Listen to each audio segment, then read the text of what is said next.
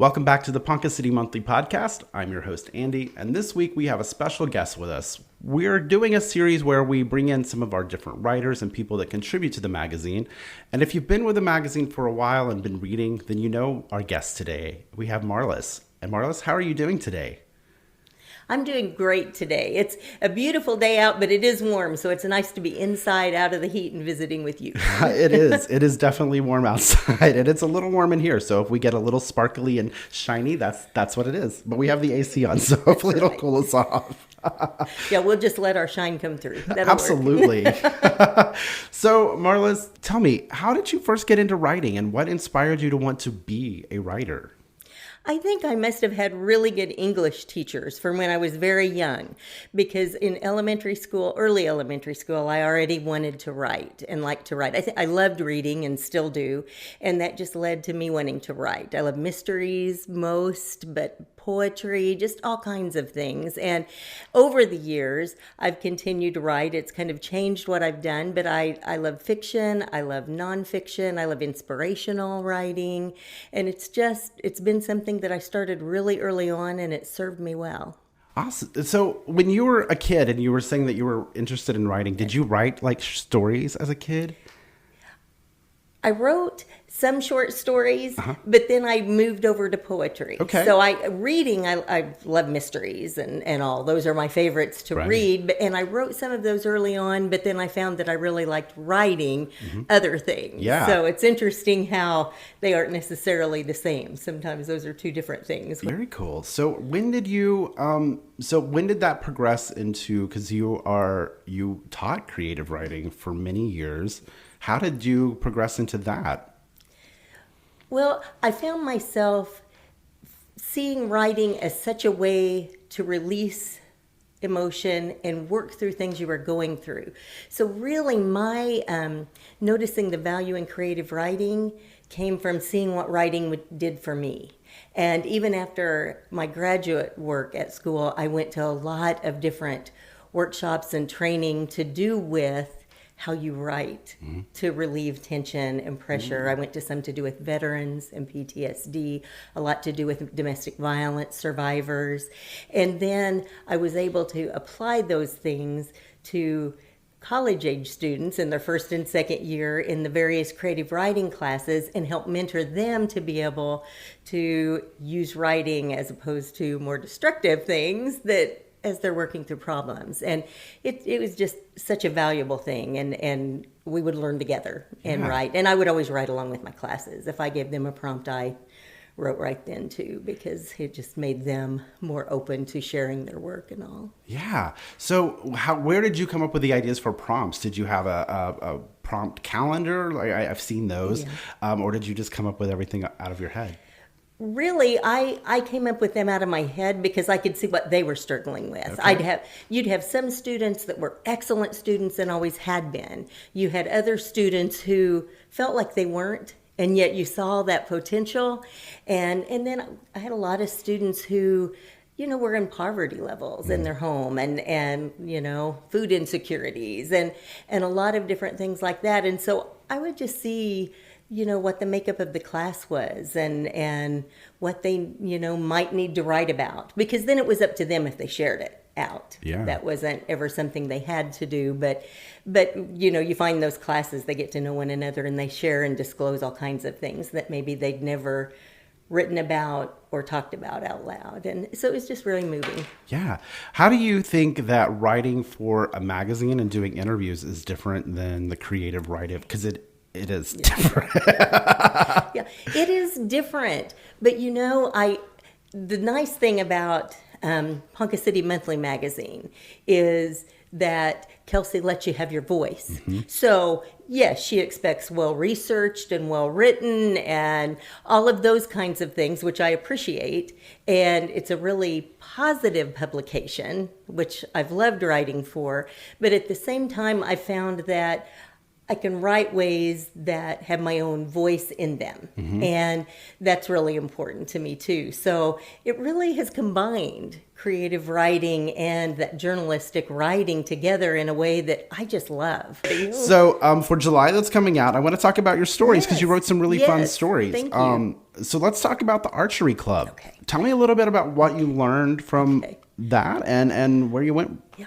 The archery club in the area, I had no idea. Sure. So I love times that I get an assignment and it's like, what? We have that here?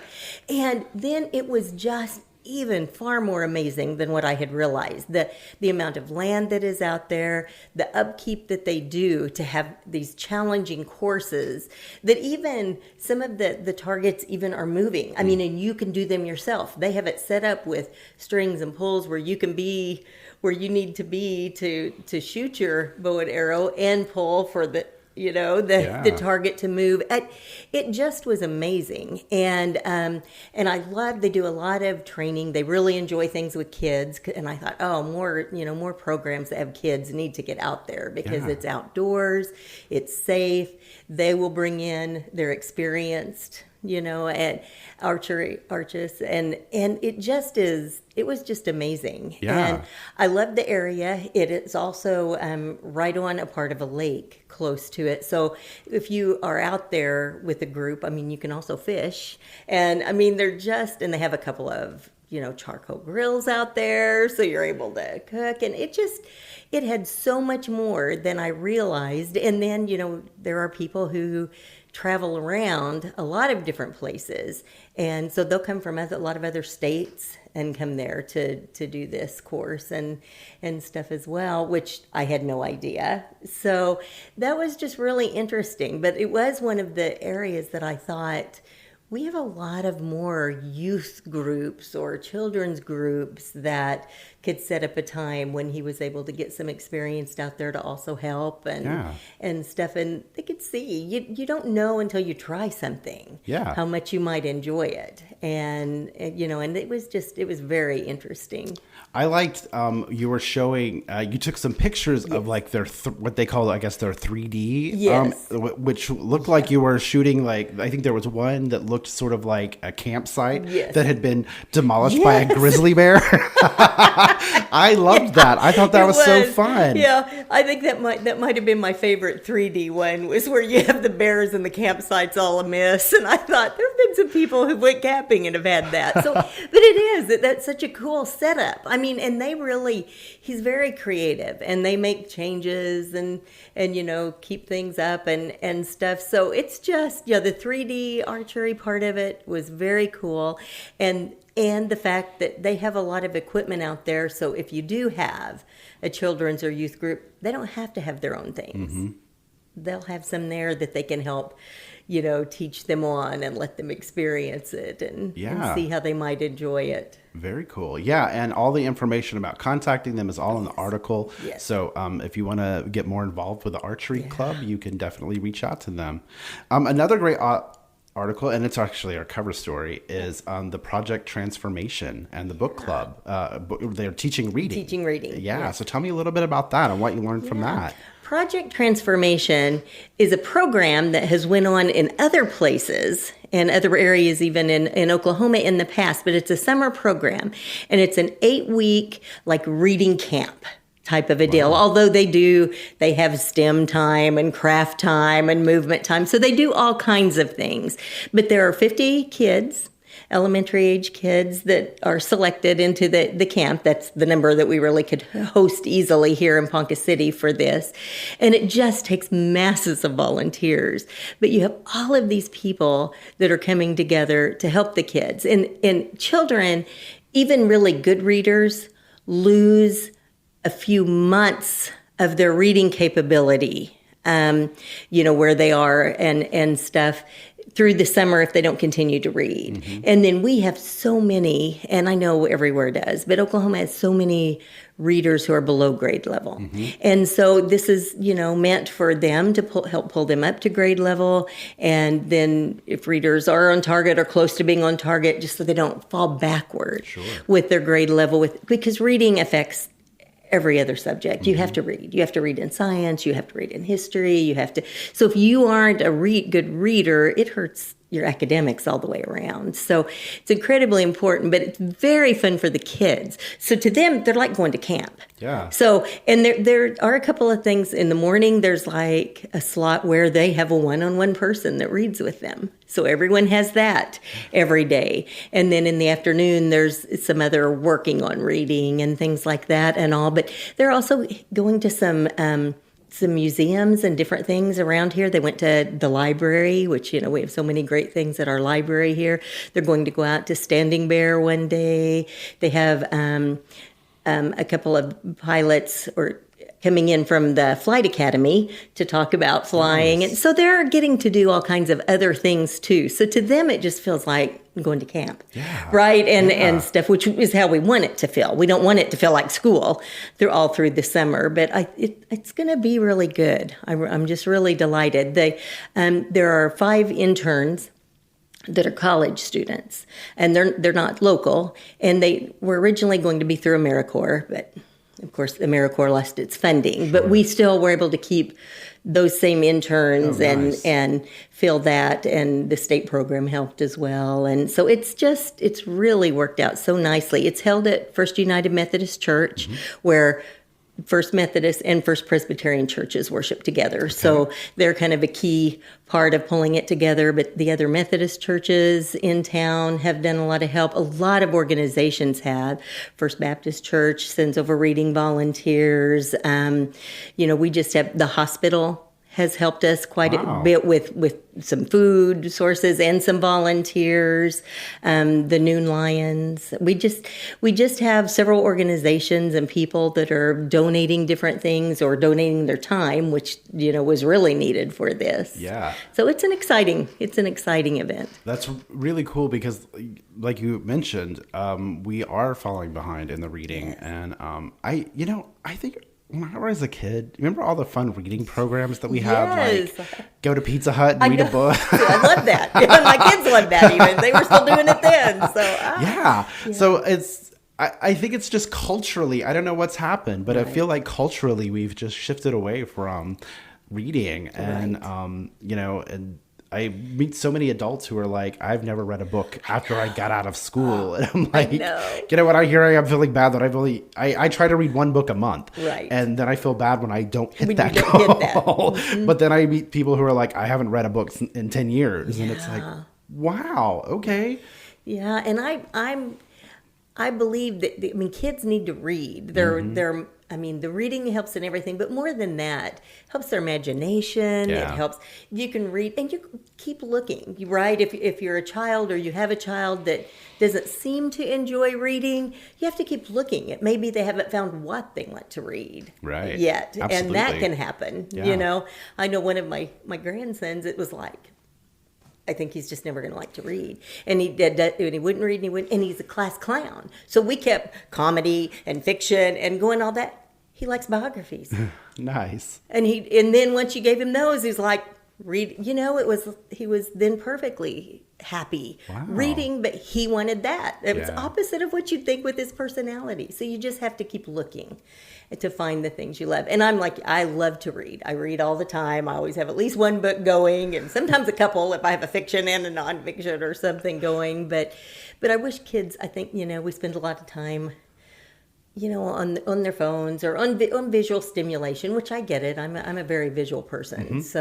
So I understand how that stimulation keeps people from reading a bit, but I think it's so important, and academically will always be important. So. Yeah. So I want to talk to you because you are very involved in the Ponca Playhouse. So tell me a little bit about how you got involved with that and what you do with it for them. Okay. Actually, I have been involved with Ponca Playhouse for over 30 years.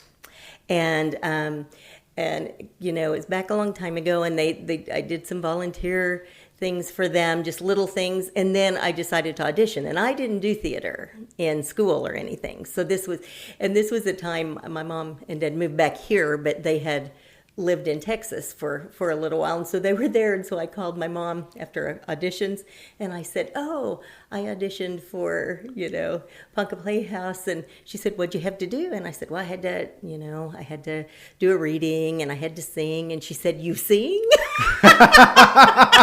It's acting. That's my mother. That's what I said. I can act like I can sing. And since then, I've acted like I can sing. I've acted like I can cook, which you can ask my sweetheart. He will tell you I am not the cook in the house.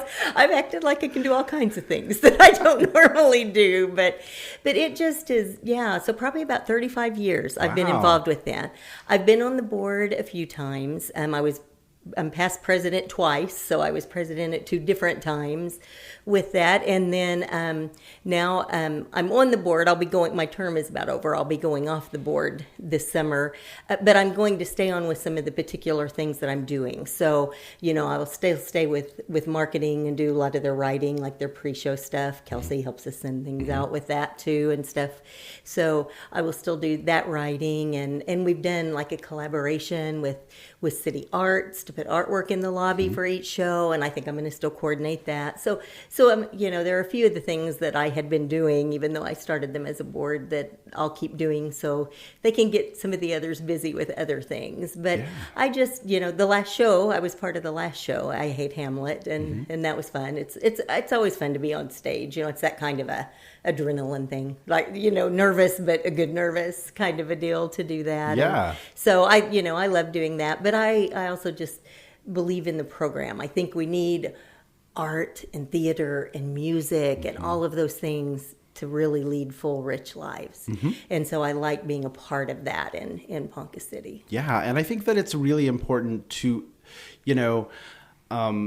I come from Tulsa, so it's a big city. Much. There's art everywhere. There's theater everywhere, and to come here and to have such a rich community of theatrics and art is really important. And I want people to understand how important that is. Because it does help our community in so many ways. I think that. Like I said, it's just such an important part of having a thriving community. Right. So what are your, because you guys do a lot, and what would you say to people who have never heard of the theater? Yeah, I would say everyone needs to come to Ponca Playhouse and see what it's like. It's changed over years just because we've had to change locations. So you have to change how you build the set, and you have to change. We started where the city offices are now. We had the Civic Center, and I was here then, and that was beautiful space because you had a lot in the back to build, and you had big wing spans on the sides, and all that. It was beautiful doing theater there, and then it became, then it was going to be part of the renovation and remodel, and also we moved and found smaller places to rehearse and to build sets, and then we for a while rented the Pumpkin just for the shows, but that you can only do that so long with building sets that you can take apart and move, and so both financially and just manpower, it wasn't. And so now we're in more kind of more a what people would call like a black box theater. Our seating can be moved around, so we can be in a circle, we can be in a half circle, any kind of layout the director sees for their sets. It's really, a lot of people were like, I don't know about that, but it's really a cool change. I'm used to being on at the Civic Center or the Pumpkin where everybody's out this way. Yeah. Now they're close, they're right by you, and so but the cool thing about that is your facial expressions matter. Yeah. Your body language matters even more than so they see all those nuances in things the audience does being that close to you. Plus we were able to, when we remodeled, Ruslan Hermanson was also, and she really watched out for all the ADA compliance type things, and we had always had to have our patrons who were in wheelchairs at the back of the theater, and they are right up front now. We have places where we could have chairs sitting there if they aren't needed for wheelchairs. But so that was one of the first things we did after we had the seats built and things along that line, was we called some of those patrons and let them come and wheel their wheelchair right in, so they didn't have to get out, they didn't have to be in the back. They felt pretty special, but we felt pretty special being able to do that for them, because, just when people have been there, with you, with the organization. Yeah. But live theater, and, we have our Ponca Playhouse and the Poncan Theater doing live theater, and there's just nothing like it, because it is different every single night, because it's crowd interaction too makes a big difference. And so I hope people will come out if they don't know. We have 5 regular shows during the regular season, sometimes other fundraisers, but we've kept steady seasons even during COVID. We just, we did it where, it was broadcast but live to them, so they could find it on Zoom. Oh, very cool. So we kept season memberships, and then when we were able to, people started getting out again and you could open your doors, we still set everyone up where, like, if you came with 3 people, the 4 of you would sit together, but there would be no one else right by you. Sure. So we scattered and did all the cleaning that was recommended to keep people safe. And so we didn't close. We didn't close during that. We didn't close during the war. Back we'll be on our 67th season next season, and we're a continuous theater. Nice. Where others have closed during wartime or closed during COVID pandemics or things like that. We continued. It's just kind of the idea that people need creative outlets, and there were so many places that weren't being able to provide that during a pandemic, of course. So we just felt it was important to find a way to do so. Very cool. Yeah, and so definitely check that out. What would you say to somebody who has never auditioned but has always dreamed of auditioning? Yes. What would your advice? Because, I love theater, but I don't have. I'm not going to remember this conversation. I understand. So somebody who's never auditioned, what would you tell them? Yeah, I think it's important to come on out and audition, and come talk to one of us. I mean, talk to me. I've done all kinds of auditions. I don't get cast every time. It's what the director's looking for. Yeah. So there's nothing wrong with if you happen to go and get that practice, see what the roles are. We always try to have something that lists kind of what the roles are, what the director's looking for.